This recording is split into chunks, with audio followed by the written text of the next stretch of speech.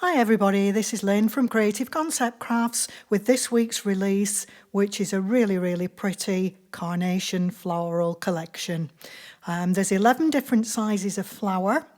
There's the solid flower and there's 11 skeleton flowers and 3 sizes of the leaves.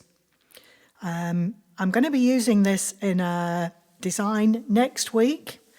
And it's a card that was designed because of how this is laid out. It reminded me of a bridal bouquet.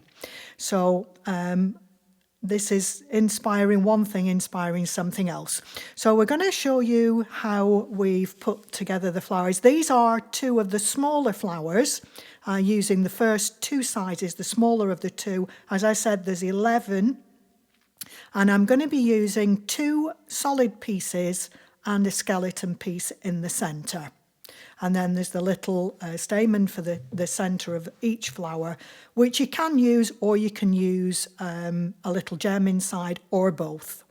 I'm going to show you what I did with this. I've just glittered the edges of the skeleton flower. I've already completed the ones that I want, but this is the last one I'm going to need for this demonstration.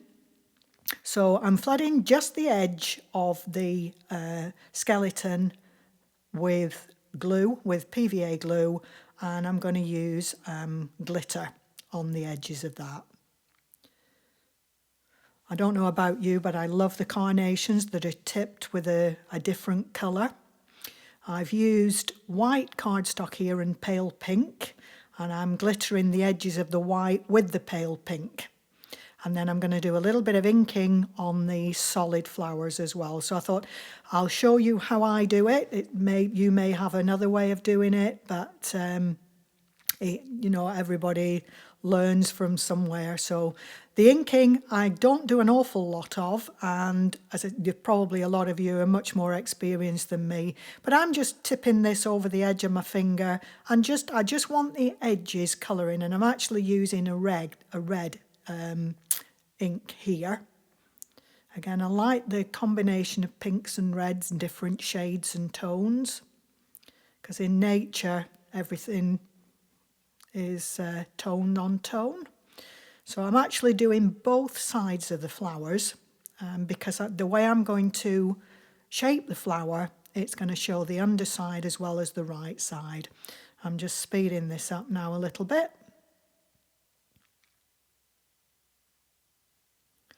So that's all the flowers inked and glued, glittered, ready to go.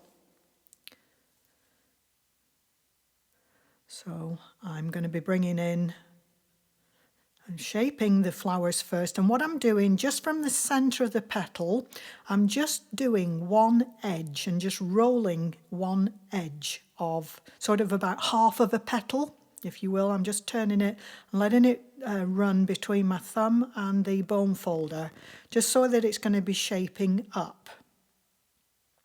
You'll see the shape of it once I put it down. Be able to appreciate, I think, once it's down flat on the surface. So I'm going to repeat with all the flowers, the glittered ones as well. So they're all being shaped just on the one side.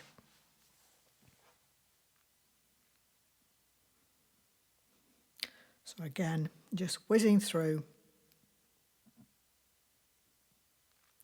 And like I said, I'm going to repeat the same process with the glitter.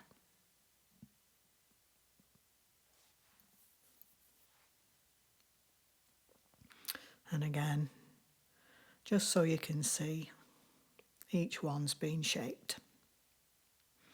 Okay, now I'm going to bring in my trusty old mouse mat that's stuck with glue and a couple of different sizes of ball tool. And I'm just going to place the pieces on in the order that I'm going to be gluing them together so I don't get them mixed up. So I'm going from the very smallest flower to the second smallest, and I think the skeleton is the same size as the first one. And I'm going to be offsetting them What you can do is use all skeleton flowers here as well, or indeed all solid flowers. There's so many alternatives that are available here.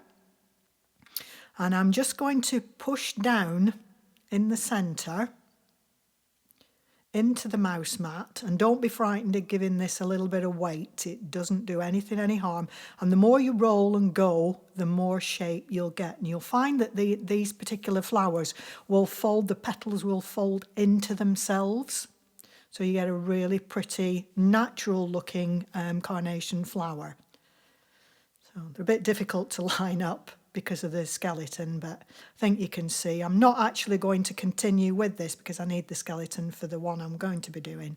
Just using the smaller ball tool for the centre, but I think you can see how the skeleton would look on its own. It's a really, really pretty design. So that's the two solid on the middle one, which is the skeleton. This next one I'm bringing in is two skeletons with a solid in the middle. So you can see the different ones. The only one I didn't do was an all solid one. But again, you could do. Okay, so I'm just going to bring the pieces back that I need. And we can start to shape them. Like I said, just push the ball tool in and just roll it round in the centre. And I think you can see the petals turning up and folding in towards themselves. I'm not doing it too hard at the minute because I need to be able to get into glue. But once I've got the glue on, then I will push a little bit more and I can finish shaping with my fingers. At the end, I'll show you as we go. So we're now ready to start gluing these together. I'm just going to, I need the white ones in the centre for this, which I've glittered the tips of these as well. So those are all the pieces I need now to complete the two flowers, and these are the two extra flowers I needed for the file for next week. So the solid flower is the back. I'm interlacing in the middle with the skeleton. Pop it down and just give it a good firm push in the middle. Don't be frightened of pushing down. While the glue's still hot, you'll be able to get the shape into it. Again, offsetting the petal from the layer below, using the slightly smaller one this time so that I can really get that flower shape in. Then we're fitting the little stamen into the centre. Pop it down in the middle. Again, the little ball tool just to push it down, and I'm going to finish this off with one of my little opalescent gems, which I love, my favourites, like little pearl opalescent gems, and I'm going to pop that into the centre. Now I'm going to pick it up and I'm just going to roll that at the base between my finger and thumbs, just roll it. And it just gives it that extra little bit of shape. But can you see how the petals sort of overlay one another? So I'm just going to speed up. I'm going to repeat exactly the same thing now with the second flower. Push down to get the shape that you want. And finally add the gem into the middle.